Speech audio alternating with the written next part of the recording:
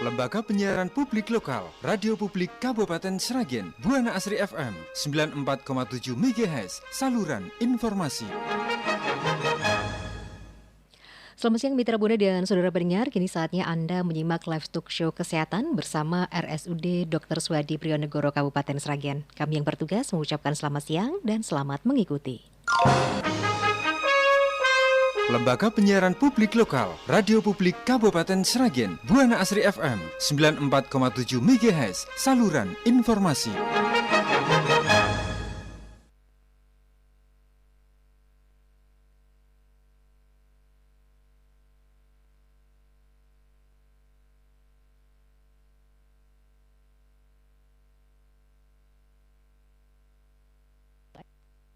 Dan kali ini dengan tema nyeri punggung bawah sebab alasannya. Mitra Buana, tentunya Anda bisa menyimak acara ini melalui 94,7 MHz Buana Asri FM dan live streaming buanaasrisragen.co.id. Dan acara ini juga disiarkan langsung melalui akun Instagram di @rssp_sragen atau akun miliknya RSUD Dr. Suhadi Prionegoro Sragen. Ya, narasumber kita kali ini bersama Dr. Fred Septo, SPS, dokter spesialis syaraf dari RSUD Dr. Suhadi Prionegoro Sragen. Ya, kita sapa terlebih dahulu ya narasumber kita siang hari ini. Selamat siang Pak Dokter. Selamat siang, Assalamualaikum warahmatullahi wabarakatuh. Waalaikumsalam warahmatullahi wabarakatuh. Kabar baik ya Pak Dokter hari ini? Alhamdulillah, sehat. Tidak nyeri pinggang. Iya. Baik Mitra Buana, kami nanti juga mempersilahkan Anda untuk bergabung ataupun berinteraksi langsung ya bersama kami melalui line telepon di 0271 890 799 atau melalui SMS dan juga WhatsApp di 082 133 950 947. Sekali lagi kami nanti akan persilahkan Anda untuk bergabung ataupun berinteraksi ya bersama kami melalui line telepon 0271 890 799 atau melalui SMS dan juga WhatsApp di 082 133 950 947. Siapa tahu Anda ingin bertanya langsung kepada Pak Dokter ya mengenai nyeri punggung ya, nyeri punggung bawah, sebab, jenis dan penata laksanaannya begitu ya. Dan sekali lagi acara ini bisa Anda simak melalui akun Instagram atau akun IG-nya RSUD Sragen ya di @rssp_sragen. Nah, Mitra Buana dan pendengar ya, langsung aja kita ke pertanyaan ya siang hari ini. Nah Pak Dokter, nyeri punggung bawah itu apa sih? Nah ya, mungkin bisa dijelaskan ini. Ya. Assalamualaikum warahmatullahi wabarakatuh. Waalaikumsalam warahmatullahi wabarakatuh. Jadi gini, sebelum saya menjawab itu tentu pasti ada pertanyaan nih, kenapa kok milihnya judul ini? Iya betul sekali. Kenapa sih kok judul ini? Padahal yang lain banyak. Lah, saya di praktek pribadi, praktek mana di rumah sakit, ternyata kasus ini banyak sekali. Mbak. Oh gitu. Wah, banyak sekali. Dan ternyata banyak sekali pasien-pasien yang nyeri punggung bawah itu hanya fokus ke obat saja. Jadi nyeri obat. Iya. Salah enggak sih? Tapi akhirnya obat habis nyeri lagi, habis nyeri lagi. Bahkan ada beberapa pasien karena obat nyeri itu diminum rutin, karena beranggapan bahwa dengan minum obat aku bisa kerja lagi. Iya, obat bisa habis, mengurangi rasa sakitnya itu juga. Akhirnya timbul efek samping dari obat. Oh begitu ya. Karena obat nyeri biasanya asam lambung, nah itu paling sering seperti itu. Ditambah mungkin karena pasien tidak fokus juga ke pola aktivitas apa yang harus dilakukan.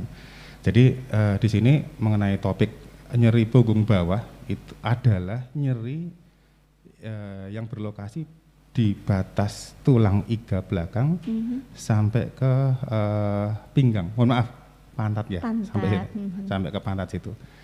Nyeri ini tentu juga tidak selalu berhubungan dengan saraf, Mbak. Tentu juga hubungannya dengan struktur dari tulang belakang, bahkan otot, bahkan bisa juga ini ternyata bukan gangguan saraf, ternyata bisa juga ini batu ginjal atau yang lain. Jadi itu definisinya. Gejalanya itu. Jadi dikira nyeri pinggang aja. Iya. Kasih obat, ternyata batu ginjal. Tentu kan kita harus tahu bagaimana cara membedakan ini nyeri pinggang dari sarafnya atau dari organ dalam yang lain, begitu. Iya, nah itu sudah dijelaskan ya, ternyata nyeri punggung itu nyeri yang terjadi di bagian atas pinggang sampai ke pantat itu tadi ya Pak Dokter ya. Nah ini seperti apa sih tipe-tipe nyeri pinggang itu Pak Dokter? Kalau secara teori sih tipe itu berdasarkan dari waktunya.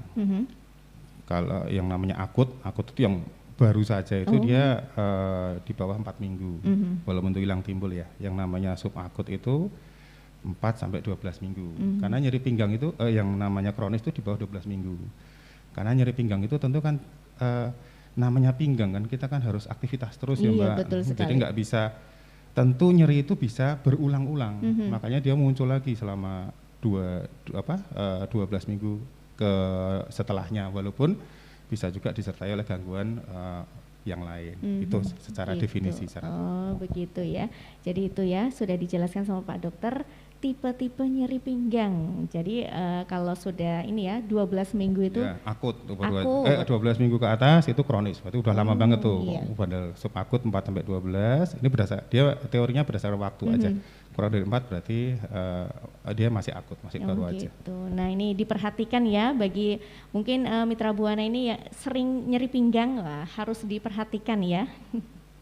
Lalu ini ya penyebab tersering nyeri pinggang itu apa Pak Dokter? Penyebabnya, yang tadi. Jadi tentu semakin dia ke kronis, tentu kita juga harus berpikir apakah ada gangguan saraf dan gangguan di pinggang yang lain gitu Mbak. Karena ini sudah diobati nih, udah fisioterapi, udah di manajemen aktivitasnya udah dilakukan, tapi kok ternyata sampai subakut sampai kronis, berarti kita berpikir apakah ada kemungkinan yang lain itu ya. Jadi untuk menentukan itu. Kemudian penyebabnya itu kita berdasarkan dari lokasinya. Yang pertama bisa dari otot, karena di tulang belakang itu ada otot yang kita bisa raba, yang tengah tuh kayak tanduk itu ya. Gitu. Kanan kiri itu ada otot yang besar sekali. Itu untuk menjaga supaya tubuh itu tetap tegak. Pada saat kondisi kita nyeri di pinggang, nyeri di punggung bawah, itu kram gitu, nyeri atau cedera, itu rasanya sakit sekali. Seolah seperti kayak saraf kejepit tapi ya bukan. Terus nyeri sekali. Terus yang kedua yaitu tulangnya bisa juga muncul karena trauma. Jadi trauma itu kita bagi ada akut dan kronis. Akut itu ada riwayat jatuh, kronis itu yang angkat beban lama gitu loh Mbak. Jadi kerjaannya itu ngangkat kayu bakar terus-terusan bertahun-tahun, sudah umur udah 60, nah itu juga bisa menyebabkan trauma kronik. Yang selanjutnya adalah bantalan tulang belakang atau nama kerennya nucleus pulposus. Karena kontur tulang yang sudah tidak sebagus dulu, otomatis terjadi penyempitan antar tulang. Bantalan tulang itu bisa menekan saraf yang menuju ke kaki kanan dan kiri. Nah itu juga menyebabkan nyeri yang menjalar. Bisa menjalar sampai ke kaki, kesemutan, atau nyeri yang memang hebat sekali. Yang selanjutnya adalah struktur tulang. Penyebabnya adalah struktur tulang. Ada orang yang ternyata di ronsen ternyata dia udah ada skoliosis, tulang belakangnya itu memang bengkok. Kalau dikasih obat mungkin ringan ya, tapi dikasih obat nggak sembuh-sembuh. Ternyata setelah di ronsen itu ada skoliosis, walaupun masih ringan, tapi karena namanya tulang itu seperti tonggak rumah, dia harus satu titik tumpu, karena dia bengkok otomatis itu bakal menimbulkan nyeri yang berkelanjutan. Yang selanjutnya adalah penyebab nyeri itu berasal dari penyakit lain. Contohnya ada riwayat infeksi, riwayat kanker, terus ada peradangan sendi di tulang belakang.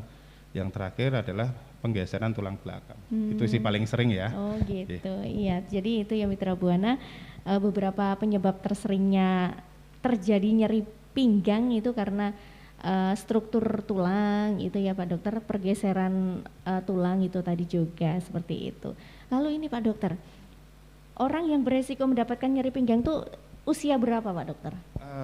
Rata-rata di atas 30 tahun, rata-rata ya, karena di atas 30 tahun itu kan usia yang produktif ya, produktif, terus juga 30 tahun ke atas itu semakin fisik, otot tulang itu tidak sekuat dulu, Iya. tapi kerjaannya sama atau nambah, otomatis bebannya, kekuatannya turun, kerjanya sama atau nambah, ya akhirnya timbul cedera. Iya. Yang kedua adalah pasien-pasien yang riwayat merokok, karena merokok itu juga bisa mengganggu pembuluh darah di tulang. Jadi akhirnya tulang itu lebih nutrisi kalsium dan sebagainya itu tidak bisa maksimal ke tulang, jadi tulang itu lebih beresiko untuk keropos. Kemudian yang terakhir, yang selanjutnya adalah overweight, Mbak, berat badan yang berlebihan. Berat badannya naik, tulangnya segitu-segitu aja.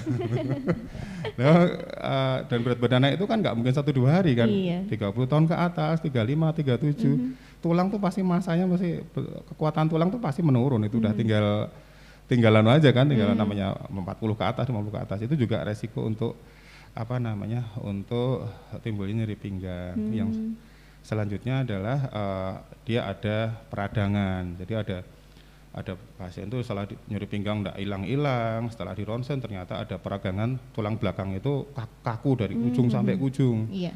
Nah itu tentu pendekatannya beda lagi. Yang selanjutnya adalah struktur yang tadi, skoliosis. Yang beresiko juga adalah orang yang ada riwayat penyakit lain kayak tadi, infeksi, biasanya TBC itu, hati-hati, nyari pinggang kita harus lebih concern ya. Yang kedua ada riwayat tumor, itu paling sering itu. Nah ini biasanya yang sering dikeluhkan oleh lanjut usia atau lansia ini, nyeri pada lutut Pak Dokter. Nah ini kenapa kok sering terjadi nih? Ini soalnya, jadi tulang lutut itu kita bisa bayangin seperti tulang ayam paha. Ujungnya ada tulang rawannya putih kan.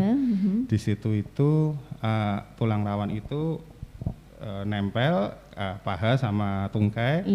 Di situ ada olinya. Ada oli untuk untuk mempermudah gerakan gesekan antara tulang.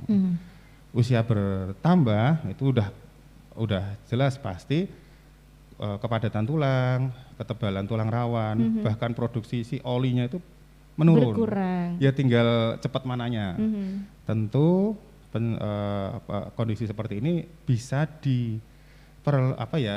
ibaratnya bisa bukan dicegah ya, bisa dilamain biar nggak cepat menipis dengan cara mengatur beban lutut. Karena lutut itu kan bebannya tinggi kan kanan kiri ya. Contohnya bungkuk, ngangkat. Kita kan namanya kerja, bungkuk ngangkat itu kan kronis ya, terus-terusan. Sampai nanti umur 60, 50-an, di ronsen baru kelihatan menyempit. Lah itu otomatis kan kita harus menjaga pola aktivitas. Oh, berarti itu ya yang menyebabkan nyeri pada lutut yang sering terjadi ini, yang sering dikeluhkan juga. Ternyata itu ada oli itu tadi. Olinya, ya olinya. Semakin usia bertambah, jadi olinya juga semakin menurun ini. Nah, Mitra Buana dan pendengar ya, silakan untuk Anda yang ingin bergabung ataupun berinteraktif bersama kami ya.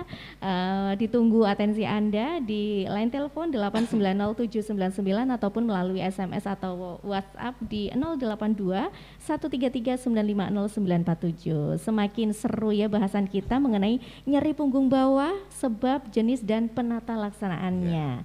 Nah, sebelum kita lanjut lagi ya ke pertanyaan selanjutnya, baik, kita akan jeda terlebih dahulu dan masih di Talkshow Kesehatan bersama RSUD Dr. Suhadi Priyo-Negoro Sragen dengan tema nyeri punggung bawah, sebab, jenis dan penata laksanaan.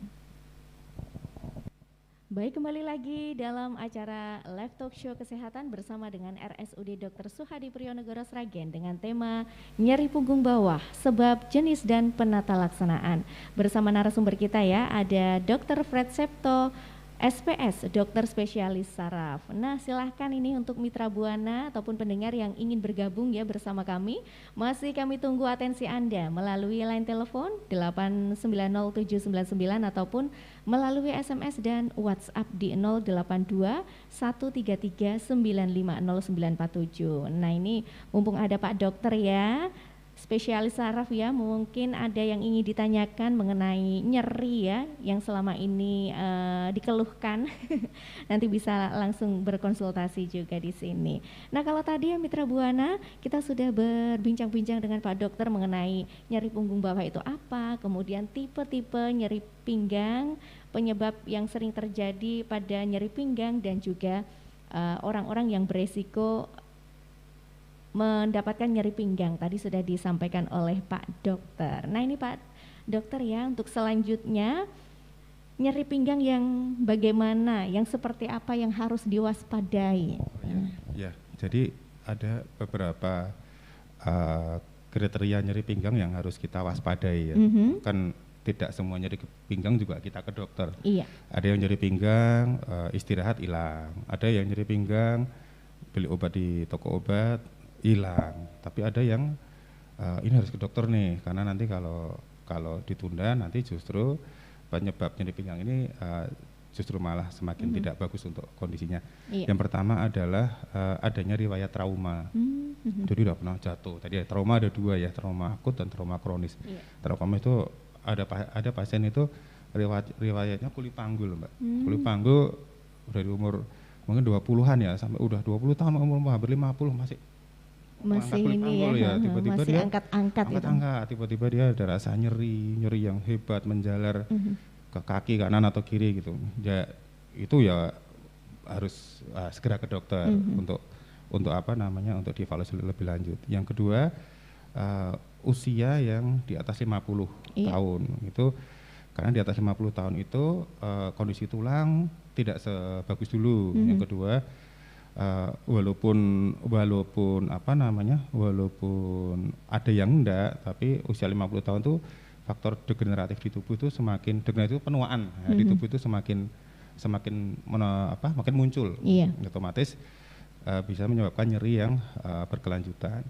Yang selanjutnya adalah apabila disertai gangguan fungsi saraf. Kalau pinggang itu paling sering nyerinya menjalar ke kaki, menjalar ya Mbak. Kadang nyeri itu kita nunjuk satu kanan kiri nanti dulu tuh, tapi ini nyerinya menjalar konsisten dari pinggang ke bawah. Bahkan jalan setiap ayunan tuh ya nyeri, waduh nyeri terus. Nah itu ya memang bagusnya ke dokter, tinggal nanti tingkat nyerinya seberapa. Kalau nyeri banget ya langsung ke UGD. Iya gitu. Yang kedua ada sedal anestesi. Jadi ada rasa tebal, tebal di selakangan dan di pantat di sekitar anus. Di sekitar anus, bahkan bisa jadi disertai kelemahan. Jadi kalau kita ngomong fungsi saraf, gangguan fungsi saraf berarti kan fungsi motorik di situ sama fungsi sensorik. Itu muncul udah langsung bawa ke UGD atau ke poliklinik saraf. Yang selanjutnya adalah adanya riwayat demam, infeksi sebelumnya. Jadi ada pasien-pasien yang tadi seperti saya bilang, oh ini ada TBC nih, kok tiba-tiba nyeri tulang yang nggak hilang-hilang, udah langsung ke dokter aja. Kan kita khawatirkan bahwa infeksi itu sudah menyebar ke tulang belakang, karena kalau itu didiamkan, akhirnya kontur tulang belakang itu kan agak repot ya, kalau kayak tonggak rumah gitu. Kalau itu sudah infeksinya kemana-mana itu kan repot sekali, nanti ganggu saraf, ganggu tulangnya juga, ganggu bantalan tulang, bahkan bisa lari ke organ dalam. Yang selanjutnya adalah ada riwayat kanker. Jadi ada riwayat tumor, kanker atau kanker payudara atau apa, udah langsung aja ke dokter untuk ronsen. Yang selanjutnya lagi adalah adanya proses peradangan, maksudnya kayak tadi kaku banget, nyerinya kok konsisten gak hilang, itu ke dokter. Gitu. Yang kesimpulannya adalah yang hati-hati itu kalau ada infeksi sama tumor, itu bagusnya langsung ke dokter. Itu khasnya adalah nyerinya terutama malam hari. Walaupun belum pasti ya ini khasnya. Tapi biasanya nyerinya lebih konsisten, cuman malam hari dia lebih memberat. Kalau dia infeksi biasanya disertai demam. Gitu. Apalagi biasanya kalau terkena rasa hawa dingin itu ya Pak Dokter itu ya? memperberat rasanya. Oh terakhir lagi adanya berat badan turun yang tidak diketahui. Ini nggak diet, nggak tanggal tua, kok berat badannya turun. Wah ini ronsen aja. Berarti tanggal tua ini juga pengaruh ya? Berat badan. Iya, ternyata seperti itu ya. Baik, ini ya. Ada pertanyaan yang masuk Pak Dokter siang hari ini. Ya, Assalamualaikum. Waalaikumsalam. Selamat siang Dok. Saya usia 52 tahun, kegiatan menjahit. Kalau duduk lama akhir-akhir ini pegal sekali di pinggul. Terus lutut kiri rasanya nyeri, kadang merasa digerakkan sakit lutut ini. Apakah ini ada hubungannya dengan duduk yang terlalu lama? Terima kasih dok. Nah, silakan Pak Dokter dijawab. Dari siapa ini? Tidak ada namanya. No name. No name Seperti ini. yang saya sampaikan tadi bahwa benar sekali Ibu, bahwa nyeri yang seperti itu kalau obat tuh pasti nggak susah ya kita dokter, mantri, apotek, gampang banget lah aksesnya kalau di Sragen ini. Iya. Tentu yang harus kita tindak lanjut adalah evaluasi pencetusnya, imobilisasi, kurang gerak, atau yang paling sering adalah overuse, pemakaian berlebih, terutama di pinggang dan lutut. Beberapa pasien umur 50 ke atas, apalagi sudah menopause ya Mbak. Setiap menopause itu orang dah menopause 5 tahun selanjutnya itu penurunan kepadatan tulangnya itu menurun 10%. Otomatis kalau tulangnya nggak padat, kontur dudukannya, kontur tulangnya itu pasti berbeda. Oh gitu. Kalau di ronsen tuh sudah mulai ada pengapuran, yang tadinya kotak sudah ada lengkung-lengkung tuh faktor umur gitu lah, osteoporosis. Gitu juga dengan lutut. Otomatis karena kondisi tulang itu sudah nggak seperti dulu, jadi mempengaruhi posisi-posisi otot. Ototnya harusnya begini, tulangnya gini, jadi lebih gini. Jadi kayak engselnya nggak kenceng gitu. Otomatis pada kondisi duduk lama, beban pinggang, berdiri lama, nyapu, mungguk ngangkat, itu sering timbul cedera lutut atau pinggang.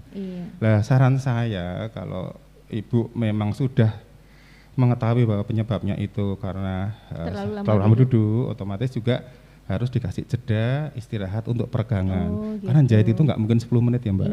Bisa lebih 3 jam, 5 jam. Dan ini kejar target lah, nggak kerasa udah siang. Nah, terus yang kedua, itu banyak kok di YouTube cari video yang rehabilitasi medik gitu ya, yang memang ada ada pertanggungjawaban secara medis bahwa ini adalah stretching, peregangan atau gerakan untuk menguatkan otot pinggul dan kaki, lutut pada manula itu banyak banget. Karena otot itu dengan otot yang kuat otomatis bisa mengurangi nyerinya tapi dalam artian latihan ya, bukan ngangkat beban. Begitu. Gitu. Apalagi kalau Mbak, kalau mau lebaran itu jahitnya kan lebih lama. Oh iya, banyak orderan Pak. Banyak target. Iya itu ya, ini Bu Priyanti ya. Ini tadi sudah dijawab sama Pak Dokter. Ternyata ini ya bisa menjadi solusi ataupun bisa menjadi referensi ya bagi Ibu ya. Mudah-mudahan ini makin banyak pesanan tapi tidak pegal gitu ya Bu ya. Kalau kita bicara obat, tentu saya rasa nggak susah deh. Pasti ke dokter minta obat tuh zaman sekarang gampang Mbak. Iya. Bahkan cari di internet aja orang, ini udah buatnya beli ini. Tapi kan itu hanya mengurangi nyeri ya, tapi tidak mengendalikan, tidak mengobati pencetus nyerinya. Gitu. Tetap bisa kambuh lagi. Bisa kambuh lagi kalau nggak di ini ya, kayak orang batuk pilek ya bisa lagi. Iya. Gitu. Ya, terima kasih Pak Dokter. Ini ada lagi yang masuk Pak Dokter dari Bunda Nuni di Mojo. Selamat siang Bunda Nuni ya. Ini Pak Dokter Fred Septo, saya mau tanya, saya usia 65 tahun, keluhan saya nyeri di bokong, di pantat ya, sampai betis. Kalau nyerinya kumat, buat jalan sakit, duduk, dan kalau saya kasih obat nyeri, kalditik ini Pak namanya Pak ya, itu sembuh, gitu. Tapi nanti sakit lagi. Pertanyaan saya, apakah perlu di ronsen? Terima kasih Pak Dokter. Bunda Nuni di Mojowetan. Ya, saya rasa perlu juga, usia 50 tahun ke atas, saya rasa perlu, nggak ada salahnya juga, apalagi pakai BPJS juga bisa, efek samping juga nggak ada. Maksud saya di ronsen untuk mengetahui kondisi kontur tulangnya. Tapi memang ada nyeri yang menjalar ke pinggang, tapi bukan jepitan saraf di tulang belakang. Jadi saraf itu berjalan dari sumsum tulang terus lari ke nyosewu, ke pantat, ke bawah. Beberapa orang tua karena tulang itu sudah nggak sebagus dulu, titik tumpu bebannya gerak itu nggak sama. Harusnya kan sama ya, kalau orang kita kan jalan, tentu kan kalau udah sepuh tuh jalan mesti rada agak dinglang dikit atau cepat pola aktivitasnya kan tentu kayak dulu. Lah itu membuat beberapa otot itu timbul kontraksi Mbak, satu area. Nanti kadang hilang, istirahat kok hilang, nanti muncul. Lah itu biasanya ada penekanan saraf di pantat. Biasanya ya untuk istirahat ya hilang. Nah, nanti kalau bagusnya aktivitas lagi ya kita lihat. Pokoknya kalau sudah sepuh jalan itu bukan jauhnya tapi dikasih jeda istirahat. Tapi memang lebih bagus kita lihat ronsennya dulu. Oh gitu. Nah itu ya Bu Nuni sudah dijawab sama Pak Dokter. Semoga juga bisa menjadi referensi dan bisa mengurangi ya rasa nyerinya itu.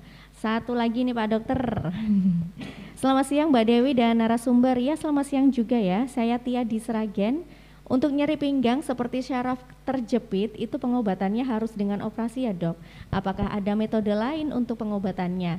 Lalu untuk pencegahan agar tidak terkena syaraf terjepit itu bagaimana ya dok? Terima kasih. Silakan Pak Dokter. Ya.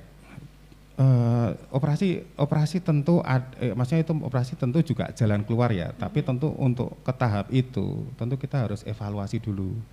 Yang pertama tentu evaluasi tingkat nyerinya dulu. Yang kedua evaluasi ini benar-benar saraf kejepit enggak, nanti setelah kita cek ternyata hanya otot aja. Yang ketiga evaluasi seberapa jauh si saraf kejepit itu mengganggu saraf motorik dan sensorik. Sebenarnya idealnya itu ada pemeriksaan yang bisa kita lakukan lebih lanjut. Jadi ronsen nanti kalau enggak ini. Kalau kok masih ronsen kan hanya lihat tulang ya, nanti ada namanya MRI. Kalau nyerinya kok masih bandel, kita cek MRI itu untuk tahu bantalan tulangnya tuh seberapa jepitnya. Yang kedua ada lagi pemeriksaan namanya ENMG. Jadi saraf itu dicek kecepatannya dari pinggang sampai ke kaki itu cepat nggak? Kalau melambat itu berarti ada jepitan benar di sini.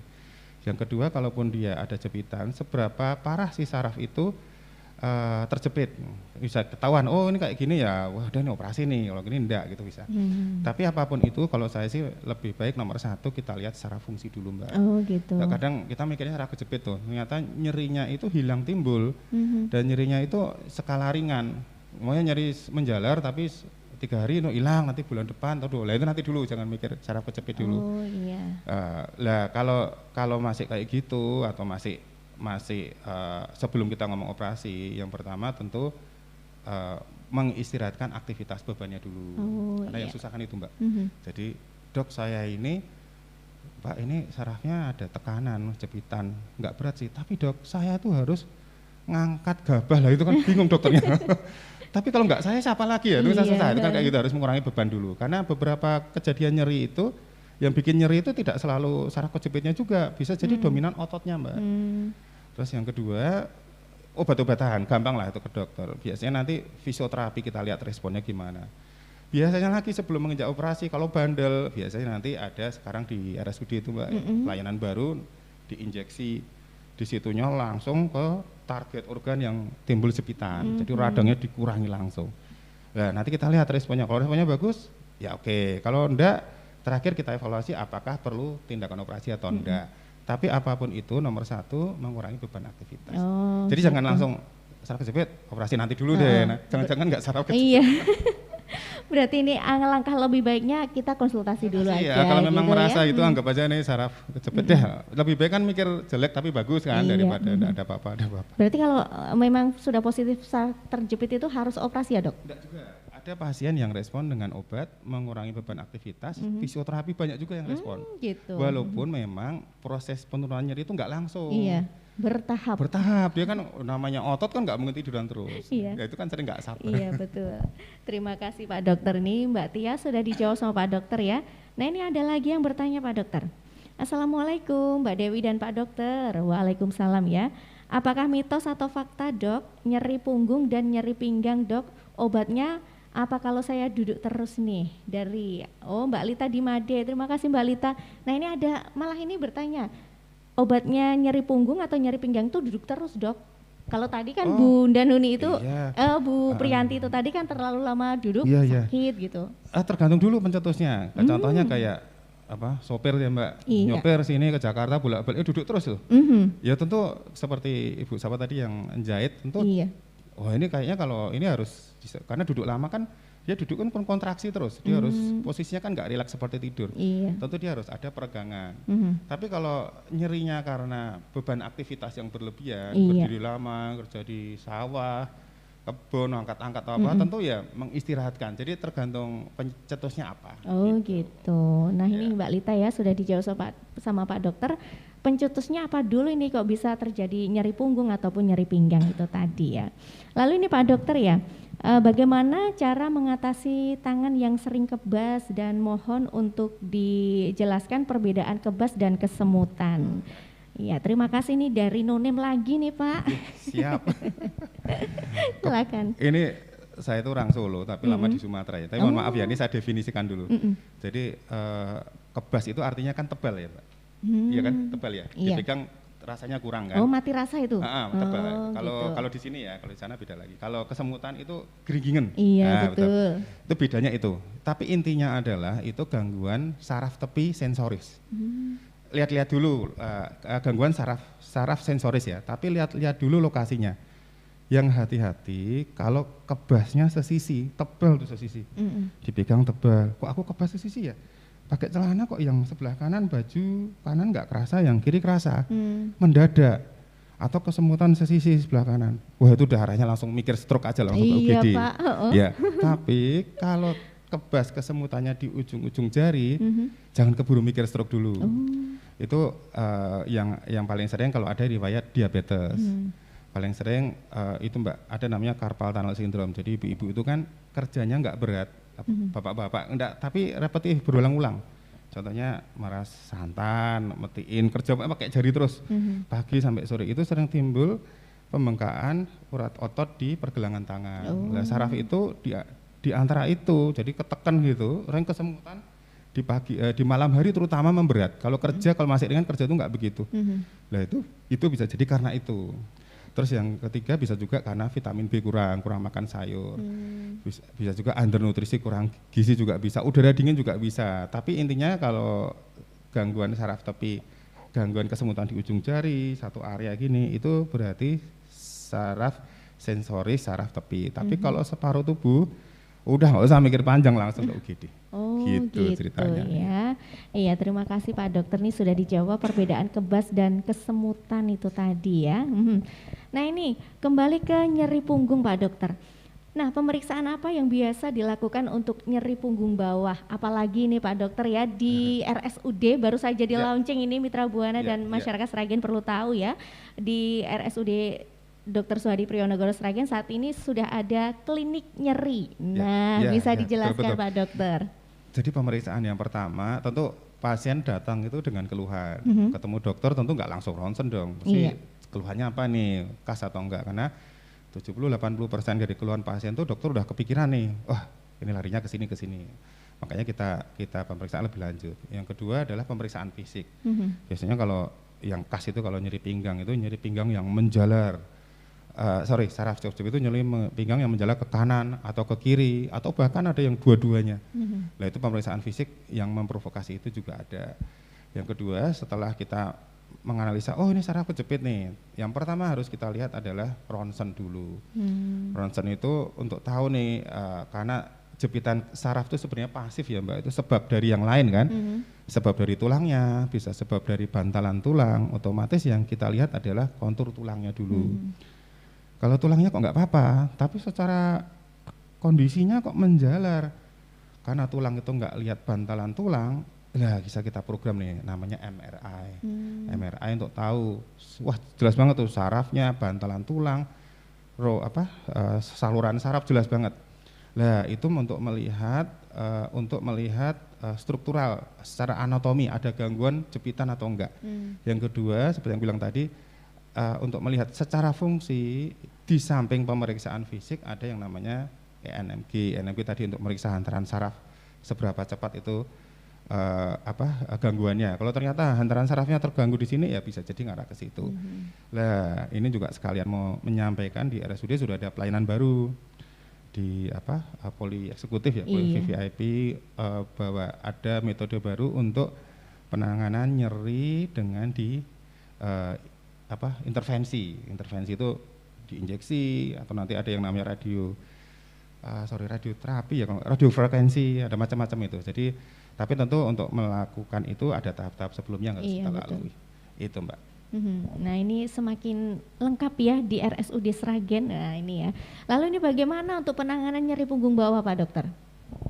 Penanganan pertama otomatis nomor satu kita ngomong saraf kejepit dulu ya. Itu yang paling sering. Kalau nyeri otot aja, tentu dokter hanya Pak istirahat ya, obat nyeri gitu. Tapi jangan Bapak Ibu misalnya ke dokter nyeri otot, ganjel obat, paksa kerja obat habis nyeri lagi gitu terus. Nah, bagusnya istirahat. Gimana pun paling enggak saya ya, sebenarnya aturannya ya istirahat total, tapi kan enggak mungkin ya Mbak karena namanya kerja. Iya betul. Paling enggak aktivitas itu kasih jeda istirahat, beban pinggang harus diminimalkan. Yang kedua, kalaupun ngambil barang di bawah jangan membungkuk, tapi kaki yang nekuk gini pegangan. Oh gitu. Soalnya intinya ini jangan jadi beban. Kalau beban kan otomatis bisa memperberat jepitan dan nyeri. Iya. Intinya itu. Kalau memang nyerinya karena pekerjaan sopir atau di pabrik yang duduk lama, tentu kita juga harus cari waktu untuk adanya stretching dan peregangan. Atau di kantor itu duduk bisa pagi sampai siang istirahat sampai sore lagi itu juga bisa. Yang kedua, setelah itu disampaikan ke dokter, biasanya obat itu saya anggap nggak susah lah, obat nyeri dan sebagainya. Kalau memang ada indikasi kita lakukan fisioterapi. Ini untuk ngomong saraf kejepit ya. Nah, setelah fisioterapi kalau nggak ada respon lah mungkin baru kita mikir apakah perlu pemeriksaan lebih lanjut MRI atau memang ada injeksi yang tadi pain intervensi seperti tadi. Kalau memang nggak respon tentu ada pilihan operasi, tapi nanti dulu ya, maksudnya kita harus ada tahapnya. Terus yang harus diperhatikan menurut saya nomor satu penanganan adalah mengevaluasi pola aktivitas. Itu yang sering dilupakan pasien. Iya, betul sekali. Nah itu ya Mitra Buana dan pendengar sudah dijelaskan sama Pak Dokter bagaimana penanganan nyeri punggung bawah. Nah ternyata ini waktu juga ini ya Pak Dokter ya semakin hampir di menit-menit terakhir ya. Nah ini untuk closing statementnya Pak Dokter dari tema kita siang hari ini ya, nyeri punggung bawah, sebab, jenis dan penata laksanaannya. Itu seperti apa? Jadi saya ingin memberikan pesan aja ya kepada pasien ini, termasuk diri saya sendiri. Iya. Jadi intinya dari nyeri adalah mengevaluasi pola aktivitas. Itu dulu karena untuk masalah infeksi yang lari ke tulang, TBC tulang, cancer itu kan kasus nggak banyak ya, ada tapi nggak banyak. Harus mengevaluasi pola aktivitas, bahwa sebenarnya mencari pencetus itu lebih utama daripada obat. Karena obat itu tentu kalau diminum terus efek samping juga muncul. Yang kedua diperhatikan apabila ada riwayat trauma, tadi riwayat TBC, infeksi atau riwayat cancer atau nyeri yang semakin memberat tidak hilang-hilang, tidak usah mikir panjang, langsung ke dokter. Gitu. Nah itu ya Mitra Buana sudah ini jelaskan sama Pak Dokter, kalau sudah ada gejala-gejala nyeri ya, jangan obat terus karena ada efek sampingnya juga kalau kita konsumsi obat ya. Dan tentunya alangkah baiknya kita konsultasi kepada dokter gitu ya, atau mungkin bisa ini ya melakukan pemeriksaan begitu. Jadi lebih amannya seperti itu. Baik Mitra Buana dan saudara pendengar, dengan demikian selesai sudah live talk show kesehatan kita siang hari ini dengan tema nyeri punggung bawah, sebab, jenis dan penata laksanaan dengan menghadirkan narasumber Dr. Fred Septo, SPS Dokter Spesialis Saraf dari RSUD Dr. Suhadi Priyonegoros Sragen. Terima kasih Pak Dokter sudah hadir di siang hari ini, dan semoga apa yang disampaikan oleh Pak Dokter ini sangat bermanfaat ya bagi kita, dan sampai jumpa dalam acara talkshow kesehatan edisi selanjutnya. Jangan lupa untuk selalu menjaga kesehatan. Saya Dewi Ratih dan segenap tim yang bertugas mengucapkan terima kasih atas kebersamaan dan perhatian Anda, dan selamat siang.